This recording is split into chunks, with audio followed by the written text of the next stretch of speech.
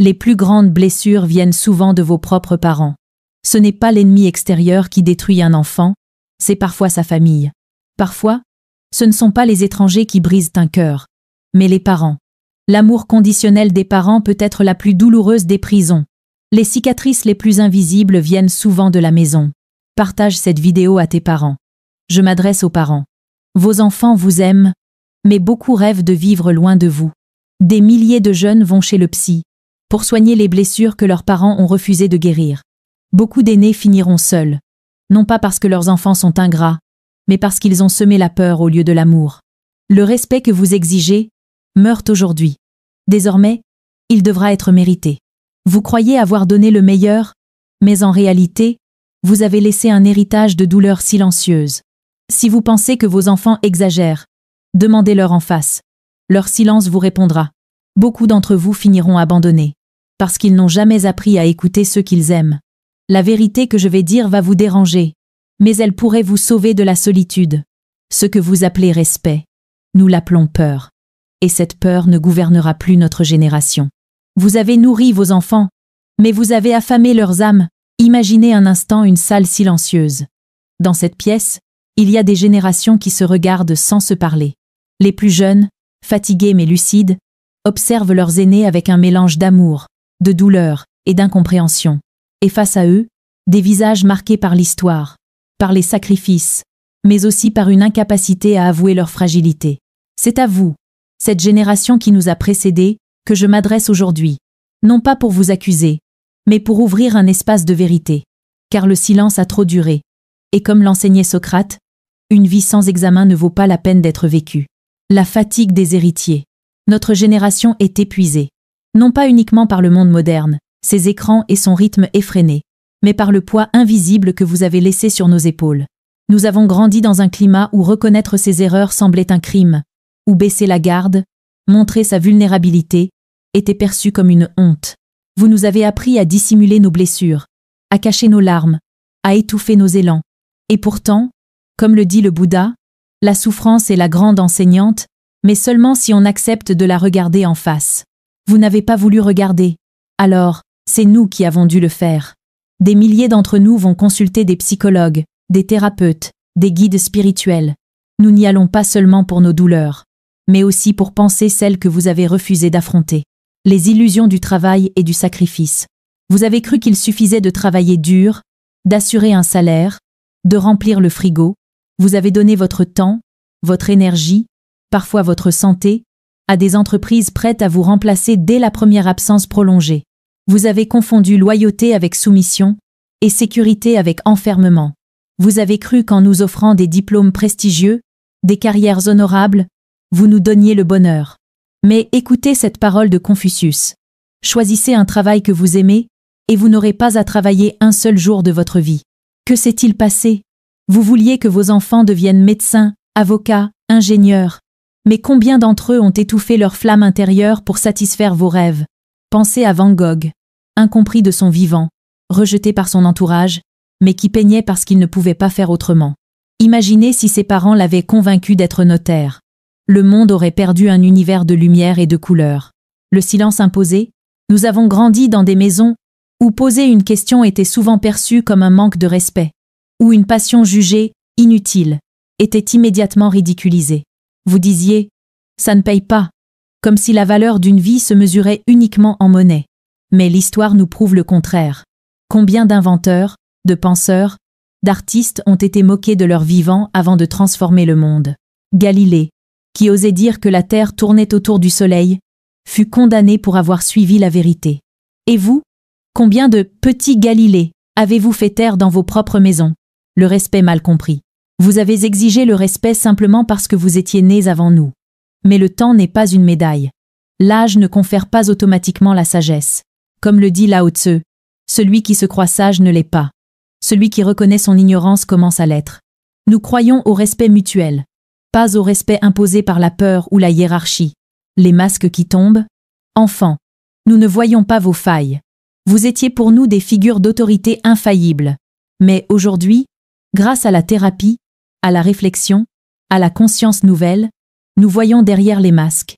Nous savons que nos parents, nos aînés, ne sont pas seulement des adultes, mais des êtres humains blessés, parfois incapables de se guérir. Hermès Trismégiste disait « Rien de caché qui ne doive être révélé ». Et maintenant, tout se révèle. La solitude finale. Regardez autour de vous. Les maisons de retraite se remplissent, mais les chambres restent vides de visites. Des personnes âgées passent leur journée seules, devant une télévision, à attendre un fils ou une fille qui ne vient jamais. Est-ce le fruit du hasard? Ou bien le résultat d'années où l'amour n'a pas circulé, où le dialogue a été remplacé par l'autorité, où la peur a pris la place de la tendresse? Nietzsche avertissait.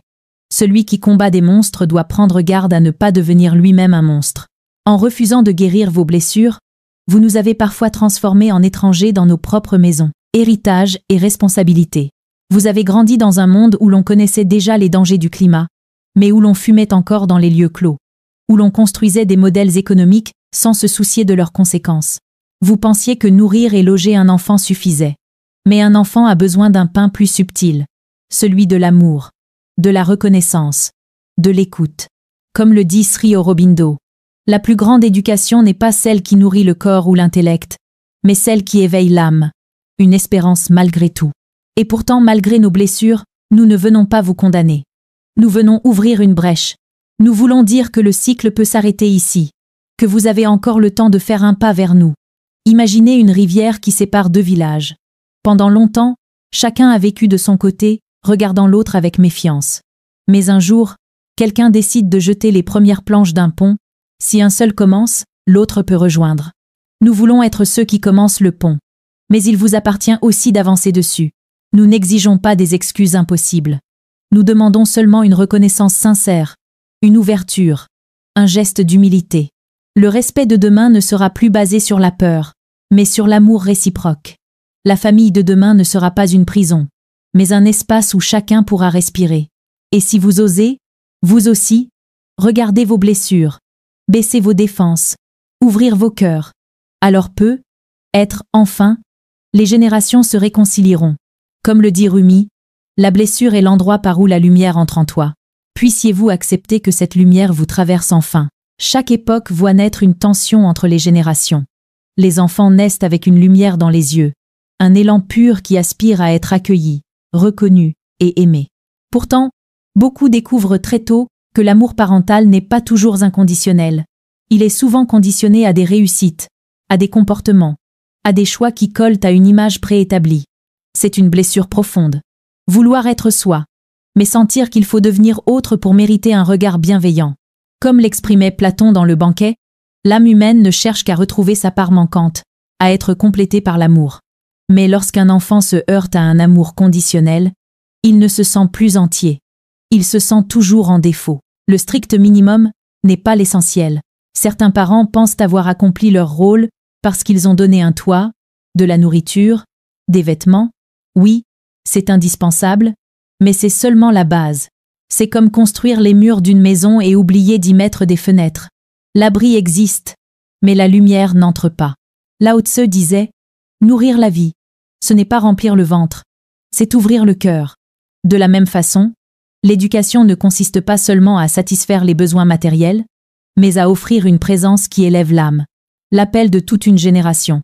Je parle au nom d'une génération qui a soif de liens réels. Nous avons essayé de plaire. Certains ont poursuivi de longues études, pensant que la réussite scolaire allait combler l'attente de leurs parents. D'autres ont façonné leur apparence, comme des statues modelées selon les goûts familiaux. D'autres encore ont étouffé leur passion, renoncé à leurs rêves, juste pour être acceptés. Mais ce que beaucoup ont découvert, c'est que cet effort était sans fin. Comme Sisyphe condamné à pousser éternellement son rocher en haut de la montagne, nous avons réalisé que la reconnaissance attendue retombait toujours. Alors, beaucoup d'entre nous ont lâché ce fardeau. Non par insolence, mais par survie intérieure. Nous avons décidé de redevenir nous-mêmes, même si cela signifiait être qualifiés d'impolis, de rebelles, voire de perdus. Nietzsche, dans Ainsi parlait Zarathustra, écrivait « Il faut porter en soi un chaos, pour mettre au monde une étoile dansante. » Être est-ce cela que vit notre génération. Ce chaos créateur qui naît de l'absence de modèles solides, mais qui ouvre aussi la possibilité de tracer de nouveaux chemins. La reconstruction sans modèle. Nos parents disent souvent « Fais comme moi, car je sais mieux ». Mais la vérité, c'est que le monde dans lequel ils ont grandi n'existe plus. Leur expérience n'est pas inutile, mais elle ne suffit plus. Le philosophe indien Krishnamurti rappelait que l'éducation véritable est de libérer l'esprit de la peur. Or, trop souvent, les conseils donnés par le passé ne libèrent pas, mais enferment. Nous sommes une génération qui apprend sans modèle clair. Nous avons grandi avec Internet, avec des flux d'informations constants, avec une ouverture au monde que nos parents n'ont jamais connue.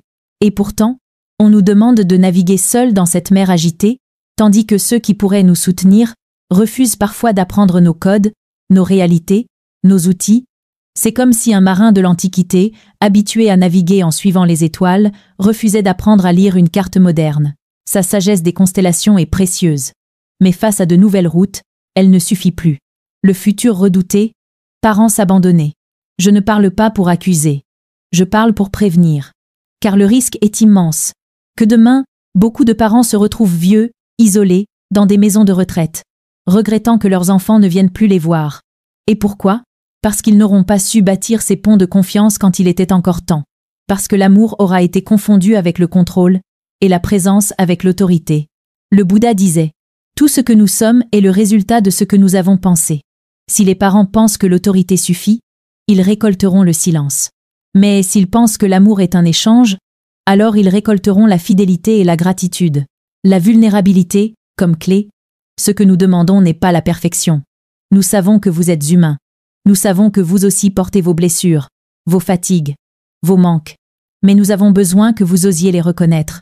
Le simple fait de dire « Je me suis trompé » ou « Je ne sais pas, apprends-moi » est un geste d'une puissance immense, car il détruit le mur entre les générations. Carl Jung affirmait « Celui qui regarde à l'extérieur rêve, mais celui qui regarde à l'intérieur s'éveille. » Quand un parent ose regarder en lui-même et reconnaître ses limites, il cesse de rêver d'un rôle idéal et s'éveille à une relation vraie. Le visage illuminé de l'enfant, imaginez un instant la scène. Un enfant, ou un jeune adulte, voit son père ou sa mère baisser les armes de l'orgueil et dire simplement « J'ai besoin de toi, aide-moi à comprendre ». Ce jour-là, l'enfant découvre non plus un juge, mais un compagnon de route, et son visage s'illumine, parce qu'il comprend que, pour la première fois, il est vu, entendu, reconnu. Hermès Trismégiste disait « Comme en haut, ainsi en bas, comme au-dedans, ainsi au-dehors ». Dans la relation parent-enfant, cela signifie que l'humilité d'un parent peut réveiller la confiance d'un enfant, et l'amour devient alors réciproque. L'histoire elle-même témoigne de ce danger. Des empires entiers se sont effondrés parce que les aînés n'ont pas su écouter les jeunes. Dans la Rome antique, les dernières générations de sénateurs refusaient d'entendre les nouvelles réalités d'un empire qui changeait. Leur rigidité a contribué à la chute. À l'inverse, dans certaines traditions spirituelles, comme chez les peuples amérindiens, la parole circulait dans les deux sens. Les anciens transmettaient leur sagesse, mais ils savaient aussi écouter la voix des jeunes, car chaque génération apporte un souffle nouveau. Alors, ce message n'est pas un reproche, c'est une invitation, une main tendue. Vous pouvez choisir de dire « Ce sont des paroles de jeunesse, sans valeur », mais vous pouvez aussi choisir de vous arrêter un instant et d'entendre, derrière mes mots, la voix de vos propres enfants. Demandez-vous « Qu'ai-je fait pour que mon enfant se sente reconnu ?» Demandez-vous « Ai-je aimé sans condition ou ai-je seulement aimé à travers mes attentes ?» Le chemin du retour. Si vous choisissez d'ouvrir ce chemin, vous verrez un changement profond. Ce n'est pas un effort colossal qu'on vous demande. C'est un pas de vulnérabilité, un regard vrai, un mot sincère. Comme le disait Rumi, le poète mystique, « Entre le bien et le mal, il y a un champ. C'est là que je te rencontrerai. » Ce champ, c'est celui où parents et enfants peuvent enfin se retrouver, au-delà des reproches, au-delà des attentes, dans la simplicité d'un amour vrai. Et si ce jour arrive, alors aucune génération n'aura été perdue. Tu n'es pas ici par hasard. Dans la spiritualité, il n'y a pas de pitié. Tu comprends les lois de l'univers, ou tu les subis. Soit tu vis, soit tu respires. Tu ne peux pas échapper à ce que tu es. Ici, c'est pas la morale qui décide. C'est la vibration. Il n'y a pas pitié dedans.